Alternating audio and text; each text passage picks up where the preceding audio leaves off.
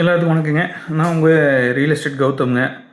இப்போ என்னென்னா வீடியோ என்னென்னா இதுக்காக இந்த வீடியோனா இப்போ சமீபத்தில் இந்த பழனி 100 கோடி ரூபா கோயில் மேட்ரு இது வந்து பயங்கர விவாத பொருளாக போய் அரசாங்கம் அதுக்கு நடவடிக்கை எடுத்துகிட்டு இப்போ கூட அந்த சப்ரிஸ்டார் வீட்டில் வந்து சிபிசிஐடி விசாரணை நடந்துகிட்ருக்கிறதா ஃப்ளாஷ் நியூஸ் ஓடிட்டுருக்குதுங்க. இது ஆக்சுவலாக என்னென்னா எனக்கு தெரிஞ்ச வகையில் ரியல் எஸ்டேட்டில் உள்ள அனுபவத்தில் நான் சொல்கிறது என்னென்னா நிறைய பேர் நிறைய முக்கியமான டாப்பிக்கே விடுறீங்க. ஒரு இடத்த சப்ரிஸ்டார் சம்மந்தமே இல்லாத ஒரு நபர், அதாவது குத்தகைதாரர் வந்து ஒரு டாக்குமெண்ட் கொண்டாந்து கொடுக்குறாங்கன்னு சொல்லி ஒரு அறநிலையத்துறைக்காக ஒதுக்கப்பட்ட இடம்னு சொல்லி ஒரு ஜட்ஜ்மெண்ட் வந்த இடத்த வந்து வேற ஒருத்தருக்கு டாக்குமெண்ட் பண்ணிட்டாரு அப்படிங்கிறது பிரச்சனை. 100 கோடி ரூபா சொத்து, அது 100 கோடியோ 50 கோடியோ 70 கோடியோ அது ரெண்டாவதுங்க. சொத்து தான், பெரிய சொத்து. 1 ரூபா திருநாள் திருட தான், 100 ரூபா திருநாள் திருட தான். ஸோ அப்படி இருக்கும்போது இப்போ இந்த சப்ரிஸ்டார் ஒரு நாள் இன்சார்ஜில் பழனி சப்ரிஸ்டார் ஆஃபீஸ்க்கு வந்திருக்காரு. அங்கேருந்த சப்ரிஸ்டார் ஒரு நாள் லீவ் போட்டிருக்காரு.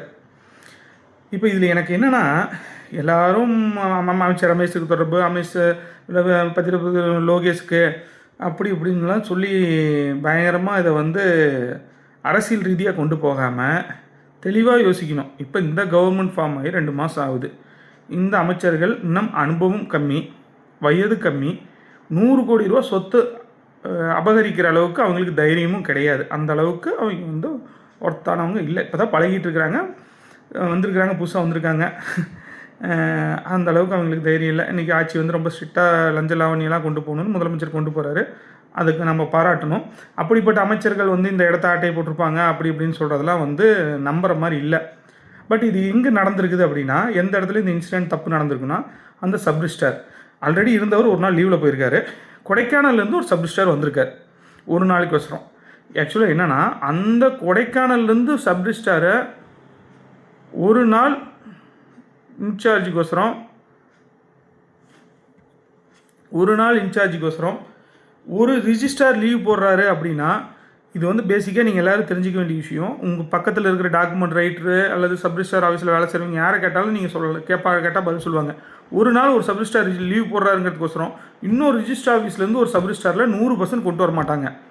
அந்த டாக்குமெண்ட் அங்கே 80 டோக்கன் 100 டோக்கன் 100 பத்திரம் அன்றைக்கி பண்ணணும், முகூர்த்த நாளாகவே இருந்தாலுமே கூட அங்கே வந்து எந்தெந்த மாதிரி டாக்குமெண்ட் எப்படி நடக்குன்னா, சப்ரிஸ்டாருக்கு அடுத்த ரேங்கில் இருக்கிற ஆஃபீஸர் ஹெட் கிளர்க்கு தான் அந்த டாக்குமெண்ட் பண்ணுவாங்க. இன்னொரு சப்ரிஸ்டார் ஆஃபீஸ்லேருந்து வந்து ஒரு நாள் லீவுக்காக இன்னொரு டாக்குமெண்ட் பண்ணுறதுக்கு ஒரு சப்ரிஸ்டார் வரமாட்டாங்க. இதை ஃபஸ்ட்டு தெளிவாக நம்ம தெரிஞ்சுக்கணும். சில ரிஜிஸ்டர் ஆஃபீஸில் இன்னும் ஹெட் கிளர்க்கே வந்து சப்ரிஸ்டாரால் ஒர்க் பண்ணிகிட்ருக்காங்க. இப்போ சமீபத்தில் எங்கள் ரிஜிஸ்டர் ஆஃபீஸில் கூட கிட்டத்தட்ட ஒரு 2-3 வருஷம் ஒரு ஹெட் கிளர்க் சார் தான் சப்ரிஸ்டாராகவே இருந்தார். மறுபடியும் ட்ரான்ஸ்ஃபரில் இப்போ ஹெட் கிளர்க்காக போயிருக்காரு. ஸோ ஹெட் கிளர்க்கு தான் டாக்குமெண்ட் பண்ணுவாங்களோ தவிர இன்னொரு சப்ரிஸ்டார் ஆஃபீஸ்லேருந்து ஒரு நாள் லீவுக்காக வரமாட்டாங்க. இது ஒரு பாயிண்ட்டு. அப்புறம் ரெண்டாவது, அந்த ஹெட் கிளர்க் எந்த மாதிரி டாக்குமெண்ட் பண்ணுவாங்க அப்படின்னா, அன்றைக்கி எல்லோரும் டோக்கனே போட்டெல்லாம் ரெடி பண்ணாலுமே அந்த டாக்குமெண்ட் கொண்டு போய் நீங்கள் வைக்கும்போது அந்த ஹெட் கிளர்க், அந்த ஆக்டிங் சப்ரிஸ்டாராக இருக்கிற ஹெட் கிளர்க் என்ன சொல்லுவாங்கன்னா, நாங்கள் வந்து இந்த டாக்குமெண்ட், அதாவது குறிப்பிட்ட ஒரு கரார் வருது, வேறு இந்த மாதிரி பூமி பிரச்சனை, ஏதோ ஒரு தடங்கல் மனு, ஒரு சின்னதாக ஒரு தடங்கல் மனு, அதாவது எங்கள் அப்பா வாங்கின சொத்துக்கு எங்கள் அத்தை ஒரு சம்மந்தமே ஒரு கேஸ் போட்டிருப்பாங்க. எங்கள் அப்பா வந்து கடைசி காலத்தில் இறக்கிறதுக்கு முன்னாடி நான் தான் பார்த்துக்கிட்டேன், அதனால் எங்கள் அண்ணன் சொத்துல எனக்கு பங்கு வேணும்னா அது ஏதாவது ஒரு கேஸ் போட்டு ஏதோ ஒரு மனு இருந்தால் கூட அதை பண்ண மாட்டாங்க. என்ன சொல்லுவாங்கன்னா, ரெகுலர் சார் வருவாருங்க, நீங்கள் ரெகுலர் ரிஜிஸ்டார் வந்ததையே நீங்கள் அவர்கிட்ட கேட்டு பண்ணிங்க. இதை இன்றைக்கி நான் ஒரு நாள் தான் இன்சார்ஜ் தான் பார்க்குறேன், நான் ரெகுலர் தான் இதை பண்ண மாட்டேன், நீங்கள் அவர்கிட்ட கேட்டு பண்ணிக்கங்க. நான் இன்றைக்கி என்னென்ன பண்ணுவேன்னா, DTCP approved flats, bank MOD cancel, வீடு கரையம் பண்ணுவாங்க. வீடு கரையம் பண்ணிட்டாங்கன்னா அவங்க 1 லட்சம் போட்டு பண்ணாலும் அவர் வந்து கலப்பணி பார்த்து அதுக்கப்புறம் அது என்ன வேல்யூ கட்டுறானா கட்டி தான் ஆகணும். அந்த மாதிரி டாக்குமெண்ட் இதெல்லாம் வந்து பண்ணுவாங்க. இந்த மாதிரி எளிமையாக பண்ணக்கூடிய விஷயத்தை தான் பண்ணுவாங்களே தவிர நீங்கள் நினைக்கிற மாதிரி இவ்வளோ பெரிய ப்ராப்பர்ட்டி வந்து ஹெட் கிளர்க்கு பண்ண மாட்டாங்க. ஒரு நாள் இன்சார்ஜ் வந்த சப்ரிஸ்டாரு ஒரு நாள் இன்சார்ஜ் போட மாட்டாங்க. போட்டாலும் அவங்க இந்த டாக்குமெண்ட் பண்ண மாட்டாங்க. ஒரு நாள் இன்சார்ஜே போட்டால் கூட இந்த மாதிரி ஒரு சொத்தோட பேக்ரவுண்ட் பின்புலம் தெரியாமல் பண்ண மாட்டாங்க. ஆனால் அதெல்லாம் மீறி பண்ணியிருக்காங்க அப்படின்னா இது முழுக்க ப்ரீ பிளானிங் ஸ்கெட்ச் தான்.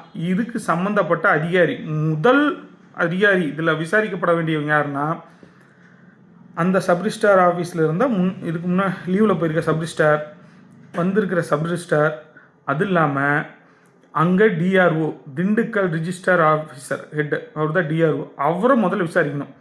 அவர் இன்சார்ஜ், அவரோட பர்மிஷன் இல்லாத ஒரு ஆஃபீஸ்லேருந்து இன்னொரு ஆஃபீஸ்க்கு சப்ரிஸ்டார் கண்டிப்பாக வரமாட்டாங்க. முதல்ல அவங்கள விசாரித்து இந்த நடந்திருக்கிற இந்த மாபெரும் ஒரு நில அபகரிப்புக்கு இது மாதிரி மறுபடியும் இன்னொரு பக்கம் எங்கேயும் நடந்துடாத அளவுக்கு அரசாங்கம் கடுமையான நடவடிக்கை எடுக்க வேணும்னு கேட்டுக்கிட்டு, யாரை வேணாலும் ஏமாற்றலாம், பழனிமலை முருகனை ஏமாற்ற முடியாது, யார் தப்பு செஞ்சாலும் விரைவில் மாற்றுவார்கள்னு கூறி ரொம்ப நன்றிங்க, தேங்க்ஸுங்க, விடைபெறுகிறேன். நன்றி, வணக்கம்.